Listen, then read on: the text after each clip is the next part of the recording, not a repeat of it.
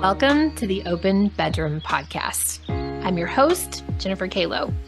Welcome to conversations about open relationships, online dating, conscious uncoupling, and creating the relationship that truly aligns for you.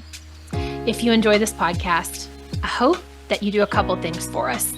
Would you subscribe? Would you write a review? Maybe share us with your friends. And if you extra like us, there's a link in the show notes here for my Patreon that does help pay for the creation of this podcast. And lastly, follow us on the Open Bedroom. We are on TikTok, Instagram, Facebook, Twitter, and YouTube. I hope you enjoy the show. Hey guys, welcome back to the podcast. Today I have a very special lady on. This is Serena Rose. Serena basically runs Sex and Love Co. for Alexa and Jordan Bowditch. She is the one behind the scenes screening people that are coming into their new programs. She is on every single freaking call that I'm ever on with Alexa.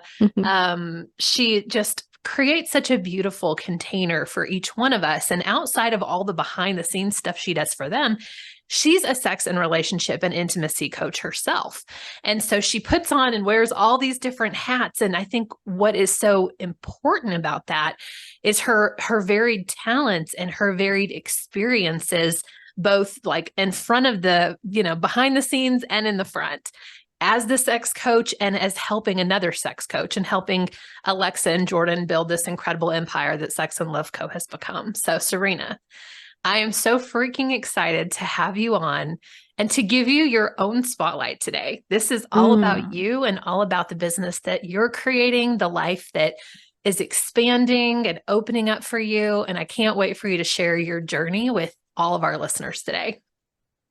Thank you so much, Jen. I really felt it when you said special guest. I'm like, ooh, I received that shit. That feels so good. So thank you for the intro and for having me here today. I am so excited to be here and to communicate with your listeners and have the opportunity to do so.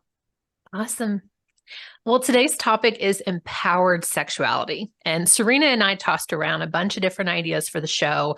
She has recently gone through a divorce. She has been dating and wading through the dating scene. And I hope you cover some of that today because her journey and her rawness and her ability to show up fully and authentically as herself is amazing. I don't know if there's a word for that. Like I read your long posts when you do a long form blog and like I'm crying and I'm feeling it with you and you're so tender and you help us reach those tender parts of us. And so I'm so excited to talk about empowered sexuality. I asked some of potential listeners, friends, followers, people even within the program, what do you guys have questions about? And, we got some well, what is it? What the fuck is empowered sexuality? And then we had some oh, I want that. I don't know what it is, but it sounds amazing. And I don't feel empowered in my own sexuality, but tell me how to find it. So before we jump into this topic, can you tell our listeners about you? Outside of what I've said, what are the things that I've missed in the actual true Serena? Wow. The true Serena. I am a lover, a friend. I am the biggest hype lady that you could ask for. I think it's why I infiltrated myself so well into Sex and Love Co. because I just love the shit out of everybody that's around me. And I'm one of those leaders of love in this world.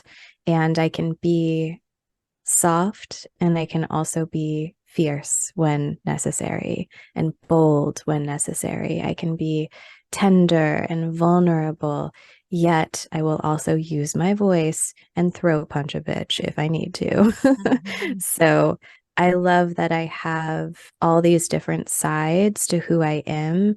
And it's been a long journey of embodying all the dynamic parts of who I am. And I won't even go as far as saying that I'm a fully embodied human in every single aspect of who I am, because we're constantly growing and evolving and expanding and learning and changing and being impacted by ourselves and our surroundings and our environment. So but I do a pretty good job. So that Mhm. is the true Serena, is I do my absolute best to be vulnerable, authentic, loving, and I'm also a protector at the same time. Yeah, that's a lot of, I want to say hats to wear, but like that's a lot of things to embody, right? And I think for a lot of us, we're one thing or we're two or five things, like we're a mom and we run a business. We're a dad and we go to CrossFit. We're like, you're very fluid, which I love. I remember you talking a lot about kink and BDSM as well. And throughout our course that like you are, I want to say a master, but like a mistress of that, which is super exciting. And I know is I've been in program with you and with Sex and Love Co. I think I got divorced before I started the program, but it was pretty recent. Like I was divorced last February. And so it's been interesting to watch your journey kind of overlap my journey and watch as you've shown up in such a beautiful way processing your emotions, which is something that I've really had a hard time with. And as we talked on one of our recent, team meeting things, whatever you call them, like the container that you create that we show up for once a week.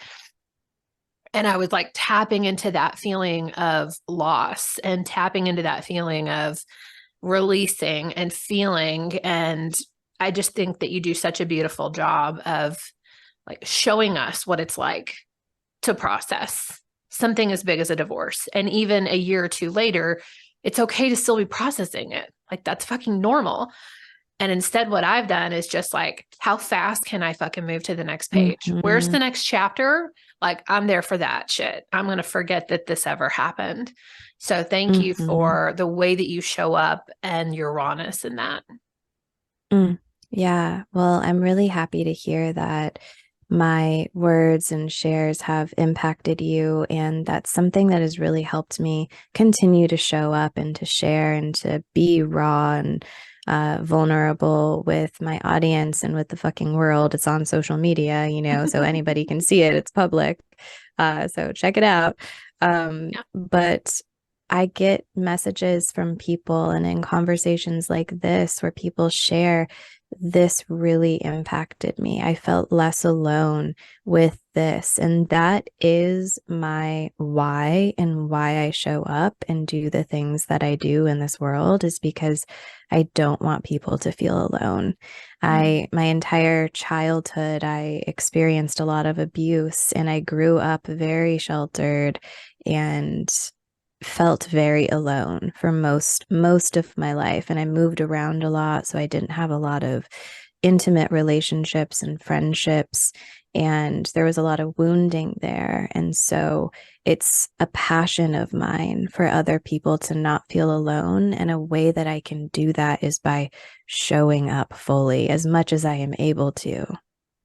And I know when I'm looking for, a coach or a therapist or someone to help hold space for me, I'm not looking for the person bypassing their own feelings. I'm looking for the person that has a depth of range of emotion.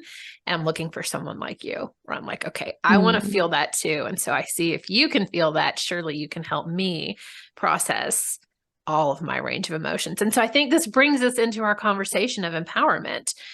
So we've talked about divorce, we've talked about moving through feelings, hard feelings. When we tap into our sexuality, it's almost, to me, it's different. Like it's a different place in your body, where to me, and this may be different for listeners or for you, but that sadness of loss happens for me in my chest, mhm, sometimes in my gut, but like mostly there's this heaviness on my heart and there's this weight and there's kind of like this dark blackness of just sadness, like sadness and despair. But when I think about sexuality, it's like it's that root, it's deeper, it's lower, it's a little closer to the ground. For me, it's like red, it's pulsating. And that empowerment, like I can feel it expanding even. So talk to us about empowered sexuality.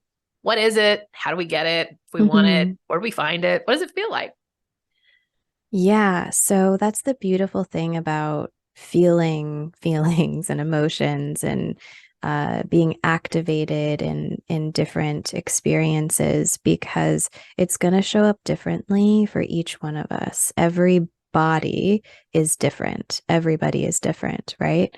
So you might feel loss in your chest. I know for me, I feel it in the pit of my stomach in my sacral. It's like my heart and my stomach just drop, and I'm like, oh, there's a hole there. And now what do I do? And then some people might be more in their head about loss and the different sensations and emotions that come up with that. And I think the same is to be true about sexuality. It just depends where the person is at on their own journey with connecting to themselves and their body and these concepts and stories that we all have developed and become, I want to say, even victim to at times by our society. So there's a lot of unlearning that comes with learning something new sometimes. And I Mm. find that to be especially true when it pertains to sexuality and sexual development. Now, empowered sexuality, when you think about empowerment, if we break this down, empowerment is someone who knows what they're doing, knows what they're saying, is certain of something, and they're moving with their power. And so, empowered sexuality is knowing what your desires are, what your boundaries are, how you want to express yourself, how you know yourself in your body, how intimately you know yourself in your body, and then allowing that to show up externally and internally for the world. So, the more empowered someone can be in their sexuality really depends on their relationship with themselves and how deeply they know themselves. Because the more that you know yourself, then the more powerfully you can show up in relationships and outside to everybody else. Someone, a friend, a lover, a coworker, whoever, your family, they can only know and see you as deeply as you know and see yourself. So I think it's important when we're talking about empowerment in general, but especially when it pertains to sexuality. And some people might hear this and want nothing to do with empowered sexuality. Maybe they're not there yet. They're not ready for that yet. But I imagine if they're listening to your podcast that they Mm. are. So, hi, hello, welcome. This message is for you. Yeah, it's for you. But just in case there's someone listening who's like feeling a little heat in their body or Mm. activation or discomfort or oh fuck, what are they going to talk about next? Like I don't know my sexuality as much as I'd like to. Well, that's why you're here. And I honor you and acknowledge you and I see you and I feel you and we're here to learn from each other. So I hope that you're able to learn something today. And as far as my journey goes with empowered sexuality, I thought it was very interesting of you to pick that topic for us today Mhm. because, in a lot of ways, I'm just going to spitball my thoughts here. I was taught from a very, very young age that sex is wrong. Mhm. And that came from traumatic experiences. I'm sure everybody is aware enough to know what those are. And my breasts started forming at a very young age. And again, I was taught like, ooh, sexuality is wrong. Like it brings attention. And, women were unkind to me because of my outward facing sexuality that I was still a child and knew nothing about. But I learned that through these experiences. And then there was a part of me that was just like, fuck it. I'm a sexual being. I'm going to wear low cut shirts and tube tops. In my teenage years, I was like, they're here. We're out here. So I'm going to embody it, quote unquote, embody it. Right. And I just learned so much about myself throughout my journey. And then fast forward to once I actually intentionally dove into personal development, understood myself on a really intimate and deep level, and got to unlearn those stories and relearn new stories and connect to my body in just amazing ways. And kink played a really big role in that. I was able to let that ego die, which I know we talked about before we started hitting record.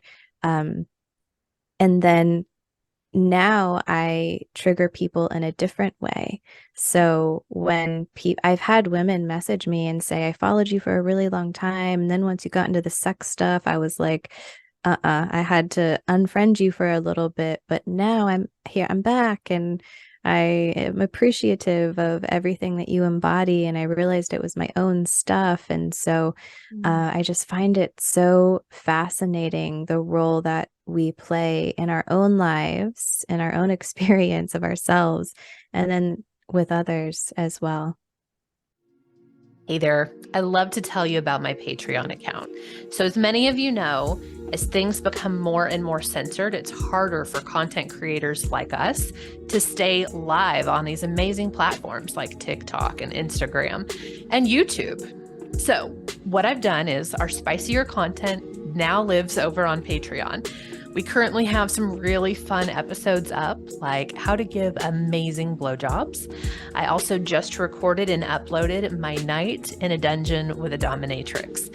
What can you expect? Weekly episodes and weekly content, some of it being sex ed, some of it being story and erotic telling, like I just did with my night in the dungeon, some of it being more podcasting where we have a guest on.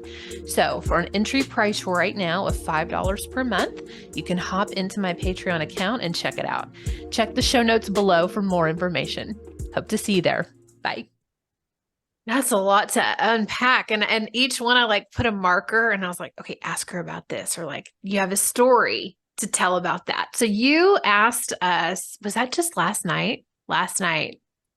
What are 3 things that you're confident in? And I was like, sex, Bing. sales, my business, Mhm. and being a mom. And when I think about embodied sexuality, or I think about empowered sexuality, I think empowerment for me equals confidence too. Like, how do you feel confident in that? And Serena, lately, well, I should say, like, we're in an open relationship, right? So Scott and I sometimes, like, we'll have dates with people. Like, we'll have dates with couples and we'll get to know people and we'll ask questions. And lately we've been, I guess because we've been in a little longer than some of these other people, they look to us kind of as mentors, which is interesting. So we're like, Mhm. cool, we'll tell you about our dynamic, which is kind of unique. And, we'd love to hear some of your stories and help troubleshoot. And time again, what comes up is the couple's lack of understanding what each other's needs are sexually. And so he'll say, she takes forever to come. She takes forever to orgasm. Or she'll Mm. say, it's usually the husband complaining about the wife in some way. She'll say, like, well, I just don't even know how to have an orgasm. And I'm like, you've been married for Mhm. 30 years. Like, how the Mhm. fuck do you not know this stuff? And I had a call the other day with a friend who I was like, what's your erotic blueprint? She's like, I think I'm a shapeshifter. And we talked about, the lack of sex in her own relationship with her husband. And she was like, I don't even know what turns me on. Same story. They've been married 25, 30 years. They have grandkids Mhm. together. And I'm like, how do you not know what turns you on? How does your partner not know what turns you on at this point? And so Mhm. all of these stories compound. And to me, it is all about that empowered sexuality. When you realize that you are still having sex like a 16-year-old, right? And you haven't Mhm. started to try new things or play with new things or do anything different for 30 years, like 3 decades, where do you even start to change, Mhm. start to learn, start to become empowered? Yeah, so empowerment is one thing. Empowered sexuality is connected, related to it, but it's also its own topic and conversation. And so for someone to feel empowered, standalone, I would start by maybe the question that I asked you ladies last night, where do you feel confident? Do more of that. And not only do more of it, but feel it. Be present with it. Connect to your body. Take a breath. Really be there. Be in the sexual experience. Be on the sales call. Celebrate the win of making money. And even in the tense moments with your children, like fucking enjoy that shit, right? Those were your answers, which is why I'm using them. But empowerment is one thing and it takes time, right? And another side to that, the other side, the shadow side, would be taking a closer look at the things that can get in our way of feeling confident. So, taking a look at the stories and the shame or the guilt or wherever we might be lacking in connection with ourself, and it's going to look differently for every person.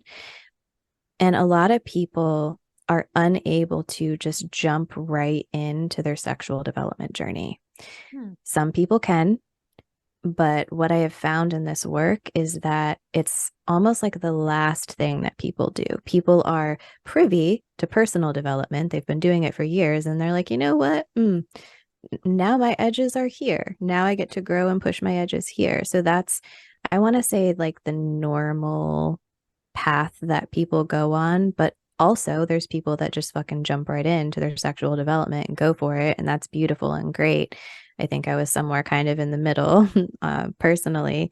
But empowered sexuality is a whole nother thing. And there's a book, Existential Kink, and there's a lot of concepts in this book that could help someone who wants to eroticize their life a little bit more. And to me, when I think about the things that turn me on, Jen, it's not just in the bedroom. It is everywhere. I hear I hear a really nice car go by, shifting gears with the muffler hitting just right. And I'm like, ooh, my pussy's tingling right now. Like, you go ahead. I want to be in that car, feeling the vibration right now. Thank you. And I get turned on. And I've seen TikToks and memes of women in their 30s getting turned on by a man planning things and, just doing chores. And it's a little emasculating, but also at the same time, it's true. Yeah. I personally, there's a man that I've been seeing more frequently now. We're dating, and he'll send me screenshots of his calendar. So, and I'll send him ones of mine so we know when we can call each other during the day because he travels a lot for work.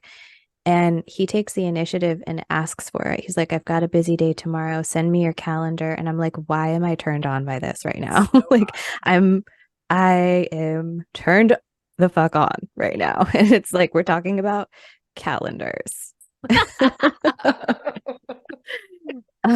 So this can look a number of different ways. That's why in the very beginning I said it really just depends on the person, on their body, on their environment, where they are on their journey, and yeah, and where you want to go, honestly, because you can eroticize a lot of things in this life. And I enjoy doing that. I think it's fascinating. So the more that you do it, then the more it's like a rose, right? It just like blossoms. And the more that you nurture it and put time and energy and water it, then the more it'll open and bloom. So, and then sometimes you might hit a bump and it closes up a little bit. That's okay. And then it can open again. So it's a journey, it's not linear. You get to start wherever you feel safe in starting, whether it's just with empowerment standalone. Maybe it's a little bit of both. Maybe start to explore if you feel excited about something. Can you allow yourself to feel turn on as well? And it doesn't have to be inherently sexual, like I'm going to go get in the bed turned on, but you're allowed to feel turned on about life and about a lot of things. And for me, that really helps define what empowered sexuality is. I want to dig into this a little bit more. I love that you said that you're turned on by life, because Scott and I have this conversation frequently. I am always turned on. Like, oh, I could go anytime. And I'm like you. I find the turn on all throughout life. I might be wearing a tank top and I'm outside and the breeze goes by and I feel the breeze like tickling my shoulders and my nipples Yeah. get hard. Or I love the whole like the muscle car thing, right? Like you hear that Mhm. the engines, right? Or Mhm. like I'm wearing an outfit and it feels like extra soft on my skin or Mhm. whatever. Like, I'm at the gym and I'm doing the stair stepper and my butt's starting to feel tight, and then I'm like looking around at all Yeah. these hot, sexy people. I'm turned on. And So, even if, yes. correct me if I'm wrong, I Yeah. just want to add to this for just 1 second. Even if you're not turned on, this is what I have found for myself being this way, is that I can be turned on real quick. Just be like, calendars. And I'll be like, oh, talk to me. And that's funny because that's an energy, right? It's this energy of Mhm. like, he gives a fuck. He wants your time. He values you. He wants to hear your voice. That is like so melty. That gets me wet just thinking Exactly. about it. Oh my gosh. Uh-huh. So, but I do want to say for our listeners and viewers, if you're watching this as well, like, I don't know about you, Serena, but for me, this has taken years to learn, like years of practice. For most of my life, I lived here, right here in my head. Like I couldn't feel anything below my neck. And I lived in my masculine and I lived in my doing and my creating and my business building and my like feeling for myself this need to be in the retail world with all these men and having to like prove myself and get my master's degree and all. And so like I couldn't feel anything. Like I didn't, and I wouldn't let myself feel all my emotions either. Like I only wanted to feel the happy ones. So it's like always happy. Mhm. And then as I started to dive into my feminine and start to learn how to shed all those protective layers that I'd created for myself, I was like, ooh, what is this thing I'm feeling in my body? Like I didn't understand. And it like slowly started to open up like that rose. So for those people that are listening that are like, hell yes, I'm a yes for this empowered sexuality. And I like what you girls are saying about feeling turned on by life. Like, how do I start? Do you have a Mhm. practice that people can start to use to kind of open up that ability to be turned on by, the wind or a calendar screenshot? Um, yeah, I think it's the same thing that I said before, is just being really present and be curious, check in with yourself throughout the day. If you feel excited about something, you're feeling the goosebumps come over your body, or you feel pleasure or joy, any of those emotions that are connected to passion, sit with it for a second and feel your body and ask yourself if you're able to be turned on by this. Do you desire to be turned on by this? And just sit with it and be with it. I mean, it's a simple practice, but It is really just simple. being genuinely curious and being in your body is really all that you need. And I think it's funny, with my friends and stuff too. I've been doing this work, this personal development work for, I don't even want to say how many years now, a long time. I look young, I'm older than, for people who are watching, I'm older than you might think. But anyway, with my friends, they'll come to me for advice and stuff, and I give them an answer, and they're like, that is so simple. And I'm like, yeah, we overcomplicate everything. You don't need to get up at 6 a.m. and drink your lemon water and do like a pussy yoni activation. And you don't need to do, you can do all of these things. You can do pleasure practices. There's so many ways to get from A to Z. So many, right? You get to do what works for you, but the simple, all encompassing answer is to be present and to be in your body and to be curious. Hey, have you noticed as you've gone from, you know, Mrs. Serena, whatever your last name was, to divorcee Serena, like have you noticed your empowered sexuality change? Like who you were as a married woman and what that container looked like versus the opening and unfolding of like this whole new road that you're on now. And with this person that you're in, has it changed for you over the years? Mm, yes. And I didn't change my last name, actually. But it has been highs and lows. It's come up, it's come down. It's come up, it's come down. And what I mean by that is my ex-husband played a very definitive role in my kink exploration, in my sexual exploration. He came into my life at the exact right time that I was opening all of the doors. I'm an extremist, so I go balls to the wall with things. I'm either totally in or I'm totally out. And I was opening all the doors, trying all the things. I'm also an experimentalist. And so I get off on that shit. And he had more experience in the kink world, the poly world, and in domination. And he led me through a lot of these things. And so I was able to really grow and develop and understand myself a lot more. And then we got to a space together. And at this point, we were married where he wanted more, and my nervous system wasn't available for that. And in part, it wasn't available to that. And this is getting a little bit off track, but I think it's important to name because there was deception and dishonesty and emotional aspects to things where my body was like, no, I need to protect myself. I just wasn't emotionally available. And when you're not emotionally available, then it is a lot harder to be physically available, if at all. Which is why earlier too, I mentioned the shadow side to things, because if there's something getting in your way that you're holding on to, it's gonna prevent you from diving deeper into empowerment, into empowered sexuality. It's going to keep returning until you face it, right?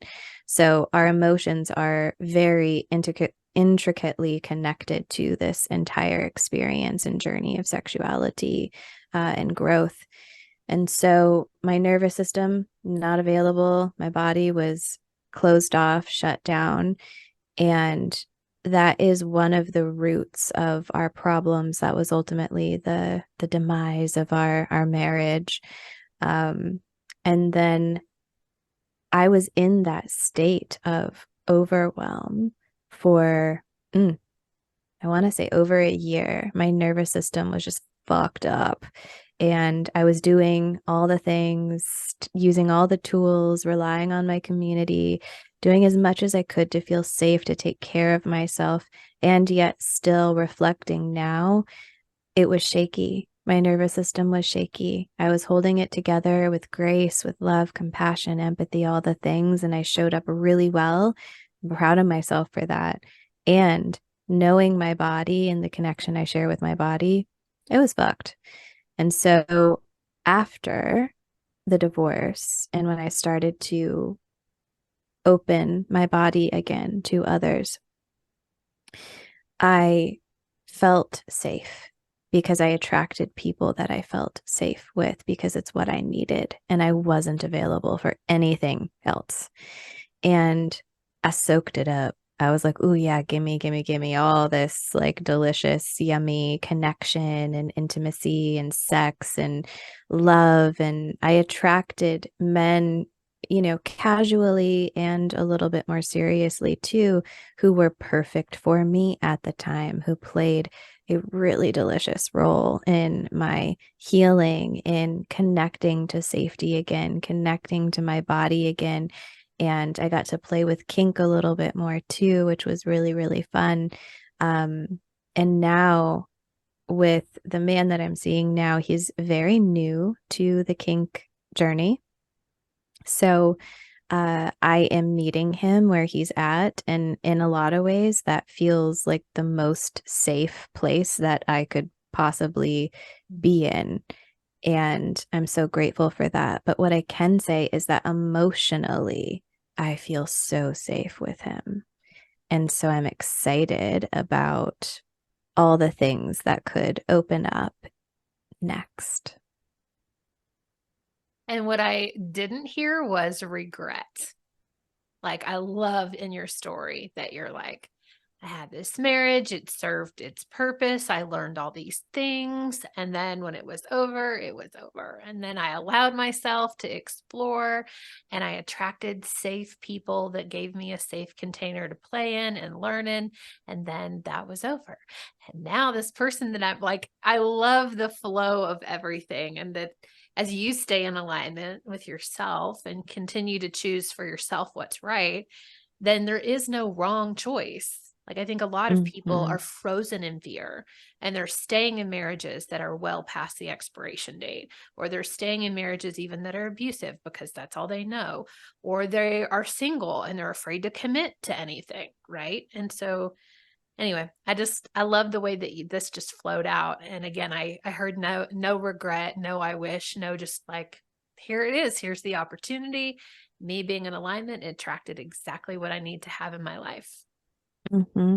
Yeah, well, thank you. And make no mistakes, I also attracted like fuck boys and people who, were not safe in the kink world.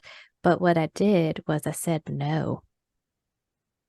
And Mm. I felt very empowered in that decision because I know what I want and what I'm available for and what I do not want and what I am not available for. Right. So I didn't mention those things because you know, they weren't necessary bits of the story, but I want to mention them now after you said that because the universe got jokes, man. It's always testing us. Like, you think you're ready for this? Here's 10 people in your inbox that all want to like take you out on dates and, Mm-hmm. fuck you and all this shit. And I got to navigate all of it and connect with myself and understand what I want, what I don't want, and what I'm available for. Mm-hmm. And sometimes you just want to fuck fest, and that's okay too. But if Mm-hmm. you don't want that, then I Absolutely. love that you can say no to it. Yeah, you get to Yeah. choose all the things. Are you available to answer a question that we got for you? Yeah, absolutely. Okay. Um, so we have a question. It says, in regards to empowered sexuality, how do you navigate when your vision for yourself does not align with either your previous version of yourself and doesn't fit how society has taught us to feel or look or be or show up in the world? Hmm. So I'm going to start with the society bit Okay. because I can do my makeup, put on a sexy outfit, do my embodiment practice. I could be feeling myself and then walk out of this door and see another lady who maybe she's feeling herself a little bit more than me. And maybe there's some insecurity there. And then I go, oh, fuck, shit. And now I'm not feeling as embodied and activated and confident and all of the things. And this is a very real thing that happens, right? Or I'll look in a magazine and see all these tailored women and then compare myself to them. And the brain moves so quickly. And these are very real experiences that happen to the best of us out here. And if I have an off day, it happens to me too. So, what it comes back to is the connection that we share with ourselves. So, I might see a woman and for a second have a ping of like, ooh, comparison or whatever else comes up. But then I remember that this world is big enough for all of us. Mm. And I celebrate her. And my bold ass might even go up to her and be like, girl, I see you working these streets. Like, go ahead. Like, you look good today. And I turn that shit around and I spread love. And it comes from the right place. It's not coming from, ooh, I don't feel good. It's coming from, I get to feel good and she gets to feel good and we all get to feel good. There is enough love in this world for absolutely every single one of us. The question is, are we willing to receive it? And that's a choice that we get to consciously make, believe it or not. And there are some days where it hurts me to make that choice, but then there are days where I might even feel more empowered in making that choice. So that's what I would say about that. Um, and then when a present version of ourselves doesn't match up with a previous version, was that the question? Yeah, I think so. Okay. Um, Like in her head, maybe she's feeling sexually empowered, but her husband and her friend groups and the mm, world, mother-in-law, children, she may be worried how they're going to see her if she shows up in her sexuality. I see. That makes a lot more sense now. Um, And that well, I can resonate with. I bet you can too. yeah, yeah. I think that in the beginning, I talked about triggering people, Mhm. and it's going to happen. We are reflections of each other. So, one's ability to be comfortable and confident and calm and in your center no matter what is important. And we also get to honor those people around us that we love. If it's family and friends, if they're feeling triggered or unsafe, we get to address that and love them and hold them while not muting who we are or changing who we are. And you also can, if that's what is needed. Like if you're in a container, a certain relationship with someone and they can't handle it, you get to choose to carry on, to push through those edges, to hold them, to meet them so that they can meet you or not. So it all comes down to your ability to choose and navigate, to empathize, to have compassion, not only for yourself, but the other person on the other side. And it's gonna be funky and it's gonna be shaky for a while. But the more consistently that you show up as yourself, as this newer version of you, then the more those people around you will get to see you and experience you and understand that that's who you are now. And a good parallel here is, for example, if you switch jobs, right? Someone might know you I was a hairstylist before I was a coach, and people will still ask me, so, do you do hair still? I haven't done hair in years and fucking years, but they know me as that. Mhm. And so that's how they see me and relate to me. And so part of sexuality and pushing these edges in a world that doesn't really allow for that so easily is knowing that we're showing people the way. We're showing people this is how you do it, and it's going to be uncomfortable. And not everyone's going to understand it at first, but eventually they'll see you now as the coach or the embodied person the more that you show up as that. And you're giving them the opportunity to see you differently. A little story here is so I have been a cannabis advocate in my life, and I started smoking at a very young age. And in some ways, I believe it really saved my life. And my friends knew me. I was like the person to go to for those things. I always had it, always rolling up. I was just known for that. And when I started my spiritual journey, I went through a phase of cutting back and not doing it as much. And I remember this moment stands out in my brain where I said no to like a bowl or a blunt or something. And my friend's face of just pure terror and shock and judgment and just like, what? You're not going to smoke this weed right now? And I'm like, no, I'm not. And they were baffled by this and didn't understand it. And it took a few more times of me saying no and just being comfortable in myself and saying no. I didn't succumb to the pressure. I didn't, allow their reaction to influence me and my choices and my body, right?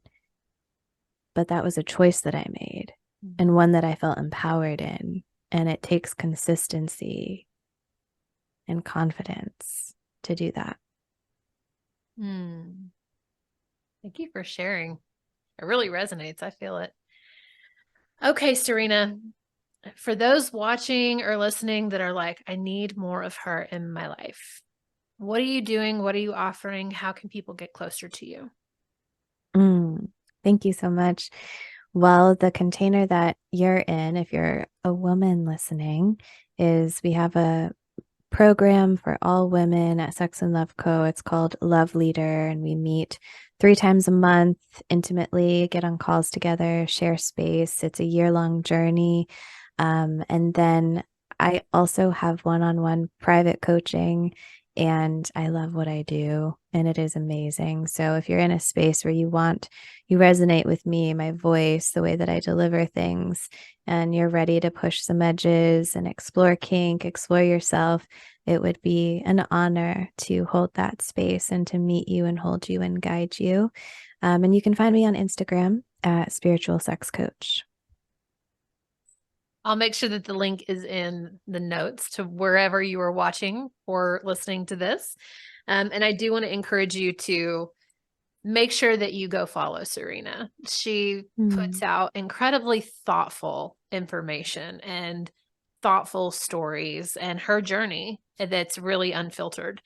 And I think it's a nice experience, like as a human to witness another human fully being themselves. And so if for nothing other than that, go watch what she's doing.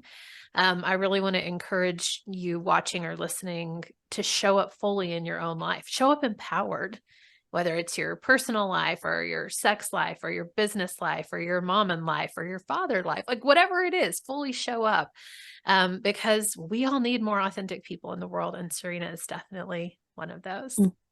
Thank you, Jen. Thank you for being on. Appreciate you. Love you. Love you.